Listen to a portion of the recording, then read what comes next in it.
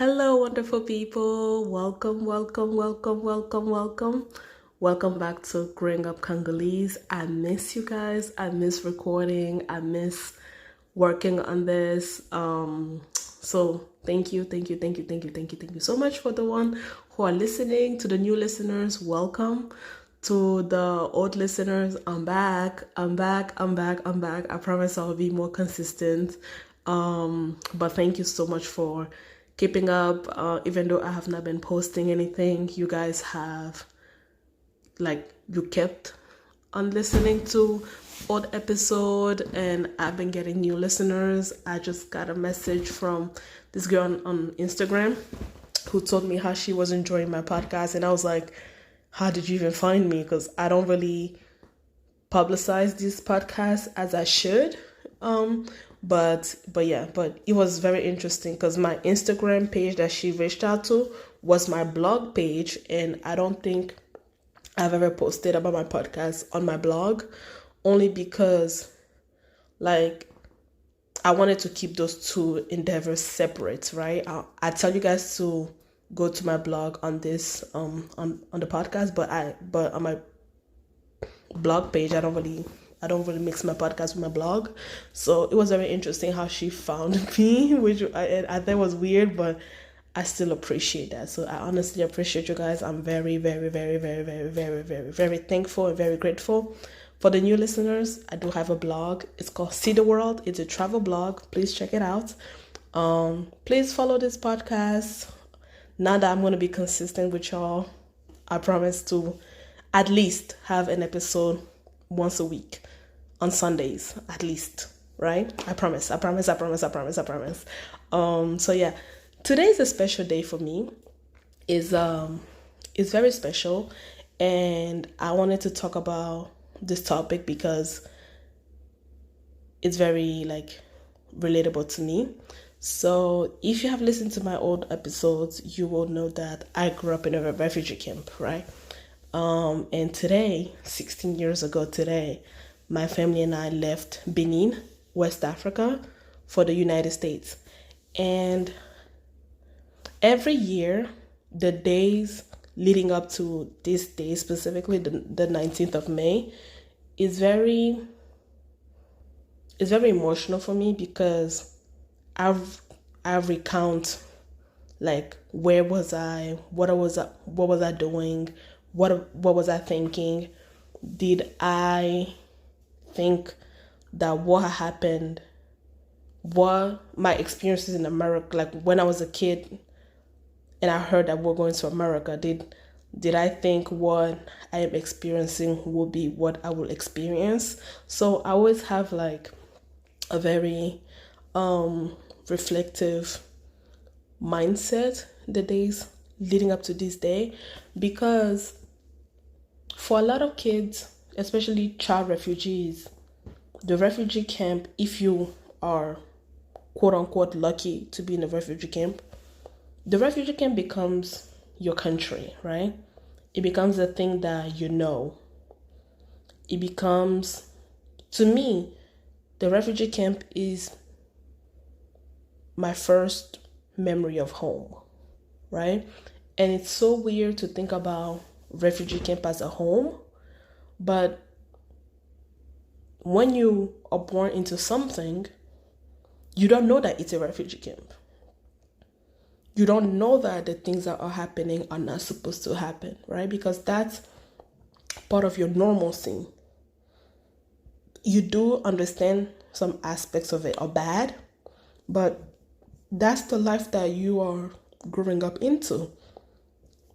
So every time when I tell people I grew up in a refugee camp, there's always this look of pity, and I don't understand why, right?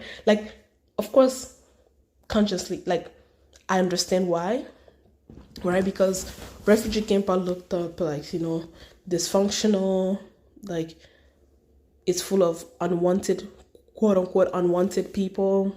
There's a lot of misfortune, unfortunate things that happen, and it is a place that people don't want to live in, right? It is a place that people do not want to be in. Nobody wants to be in a refugee camp.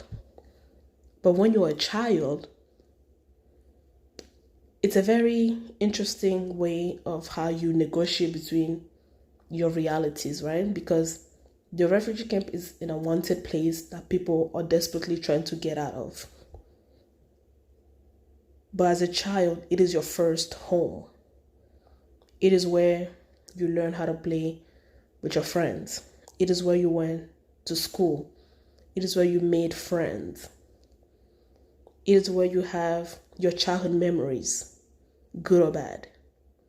So when I think about my childhood, I have a very nostalgic reflection of it, because it's like, wow, because of the refugee camp, I learned that family is not just the people that you were born with.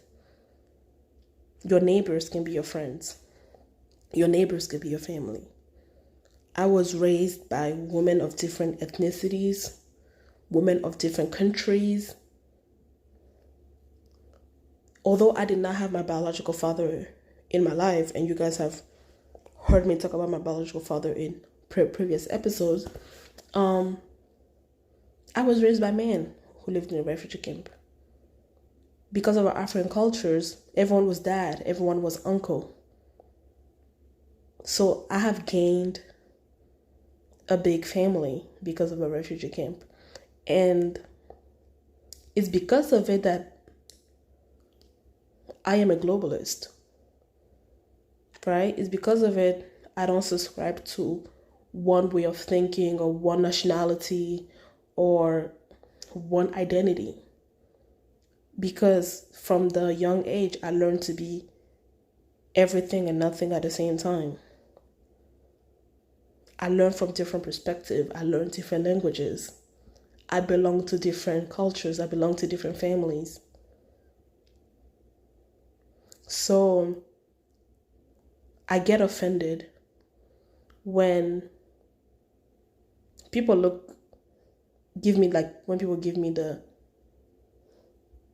pity look, because although it is an unwanted place, it's home for a lot of children. When you're growing up as a kid, you don't know any other home. I did not flee. I don't have remembrance of fleeing war. I don't have memory of fleeing conflict. My parents can detail you. My mother would tell me stories of how she fled the Congo or Central African Republic. That's her lived experience. I don't have memory of fleeing, but I do have my first memory. We were in a United Nations High Commissioner for Refugees truck. My mother just had my brother the day before, and we were entering the refugee camp. We were given a house on the Central African side, because our refugee camp was divided by 3 sides. So there was the Congolese, the Central African, because you had Congo, you had people from Chad, you had people from Rwanda and Burundi, and then on the other side there were the Nigerians, and on the other side there were mostly people from Togo. So, and I remember our first night there, people coming to welcoming us and everything.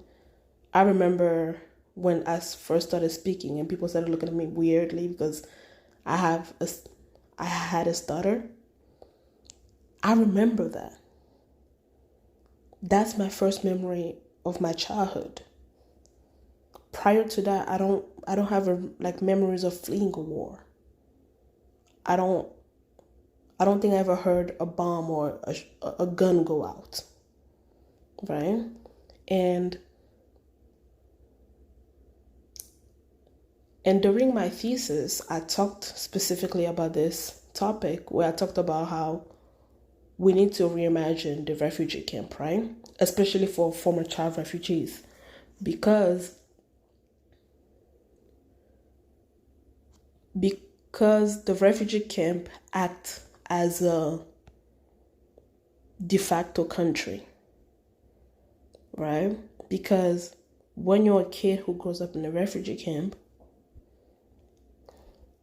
your idea of belonging to a nation is non-existent. A kid like me, I could tell you that, oh yeah, I'm Congolese because my parents told me to say I'm Congolese, or because they are Congolese. But the fact that I grew up in a refugee camp where I was meeting different people, I was acquiring different languages, where I was, like you could not define my nationality. In a way, you're stateless.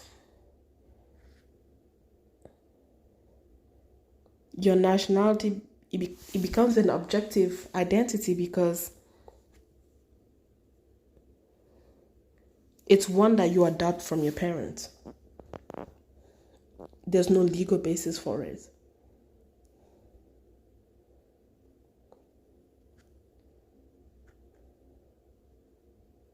When my brother was born, because my brother was born in Benin, like his birth certificate said, born in Benin. I can't think of the time where we were like, oh, we're Congolese or we're from Benin. We were always like in between. We were always like,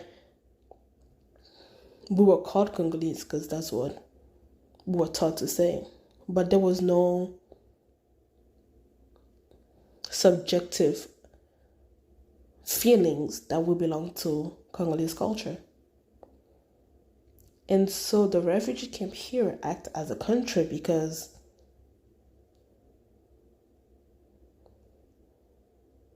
that's the home that you know. That's the identity that you know. And like I said earlier, it's kind of weird how you like, although it is your home, you are taught that it shouldn't be your home. You are taught to not love it as your home, right? Because every year, constantly, every refugee family, their hope, their prayers, their dreams was to get out of the refugee camp. Because it wasn't a place to raise a kid, it wasn't a place to raise a child, right? So we came to the United States to the resettlement program. A lot of people don't really understand what the resettlement program does, right? Because to understand immigration and refugee and how to become a refugee is a very complex story. But some people don't live in the refugee camp. Some people live like in the city. You don't have to live in a refugee camp, right? A refugee camp is a temporary holding place to hold people until things in your country get solved, right?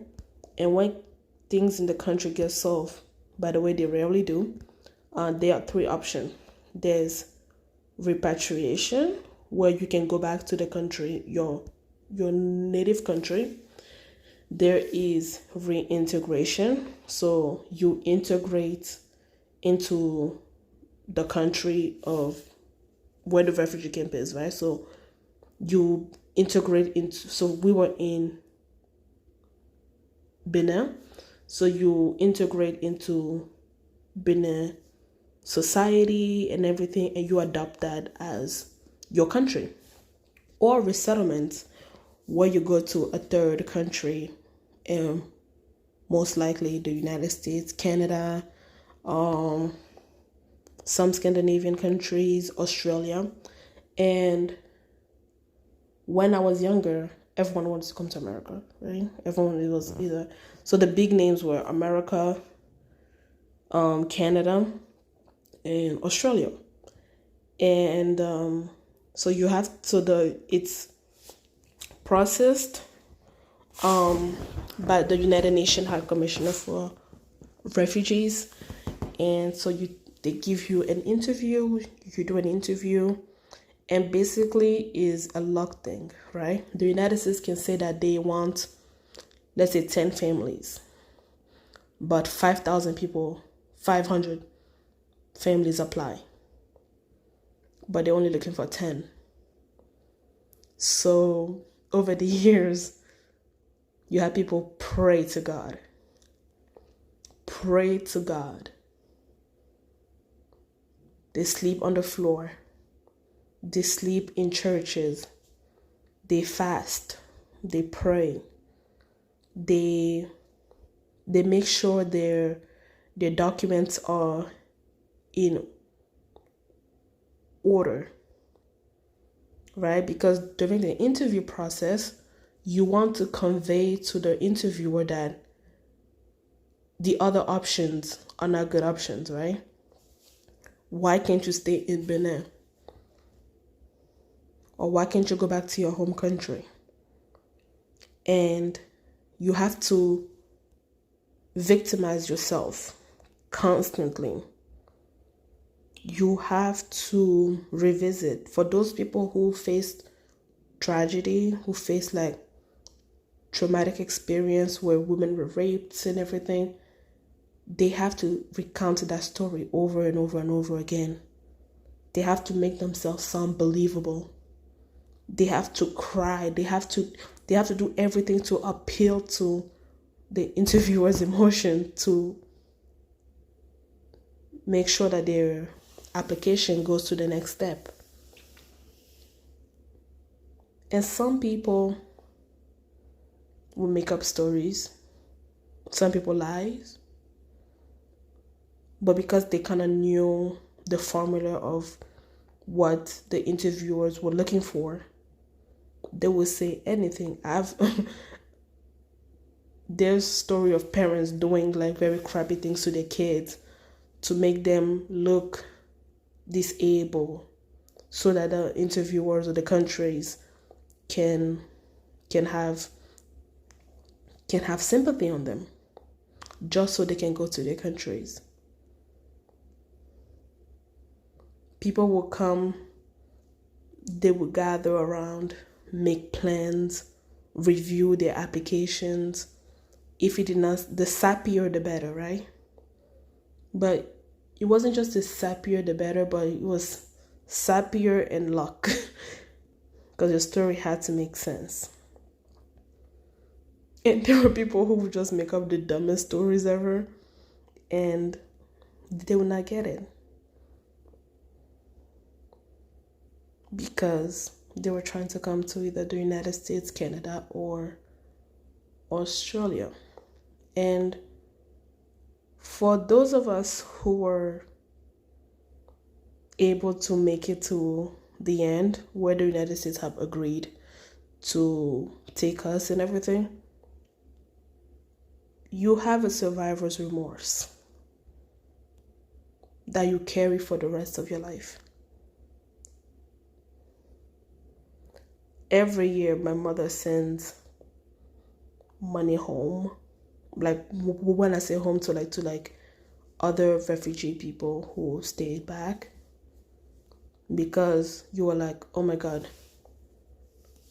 we were lucky to come here. And we understand the lives that they're living back home. So let's help them. And you cannot say no. Because you feel like, I may have not deserved it. Maybe someone else had a more tragic story than I did.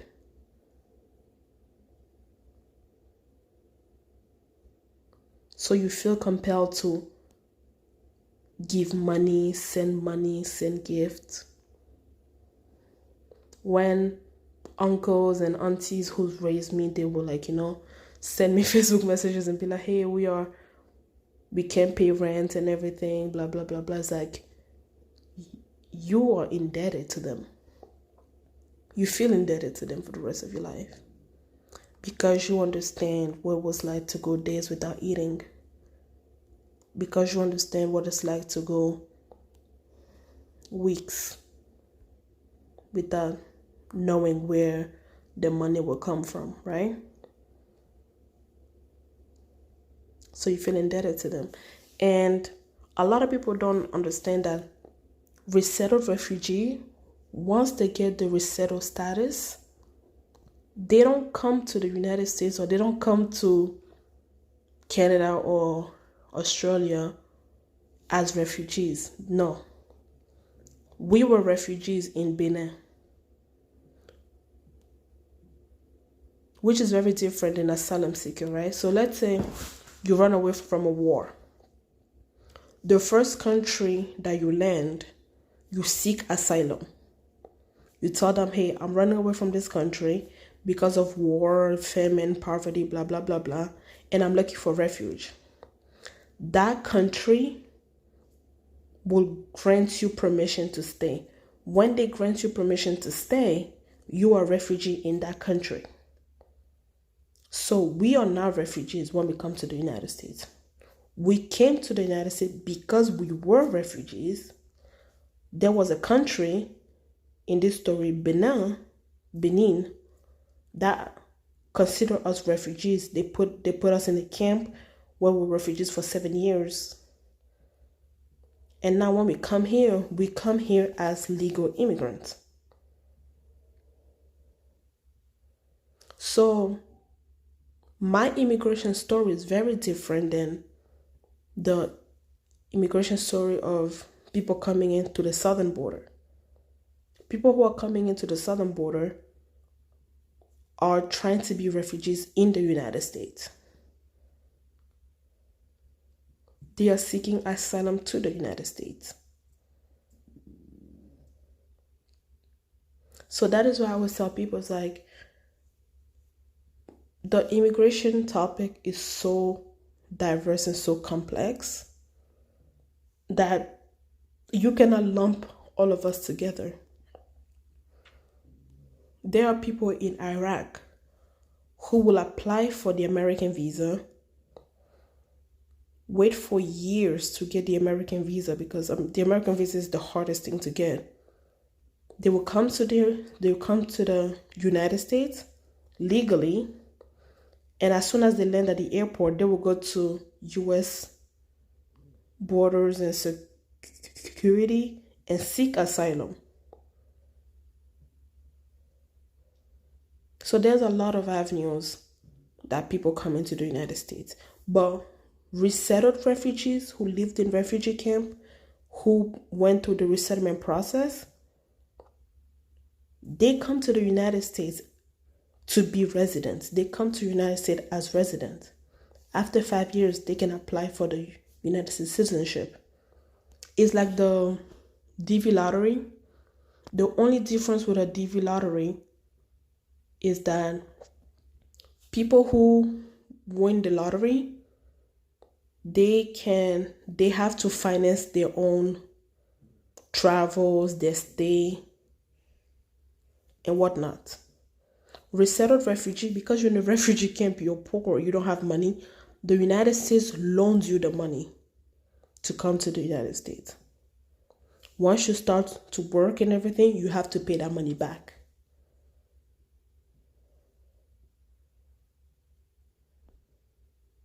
You have to pay that money back.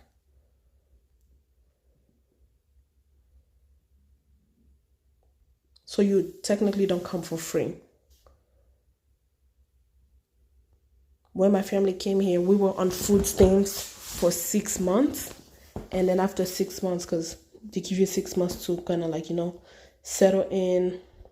Before we even came here, we had to take we had to go to orientation where we had to learn about the laws of the United States, what to do, what not to do, what's life like in the United States and everything. And then when you come here, they give you 6 months. As soon as we came, my mother started taking ESL classes, and then the agencies that welcome people who come to the United States through the resettlement process, they help you find a job, and it's usually like a housekeeping job and everything, and then you start to work, and then you start to save money to pay the money back that the United States loaned you to come to the United States.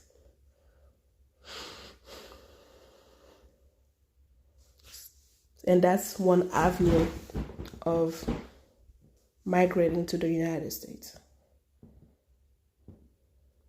So yeah, that's what happened 16 years ago for my family.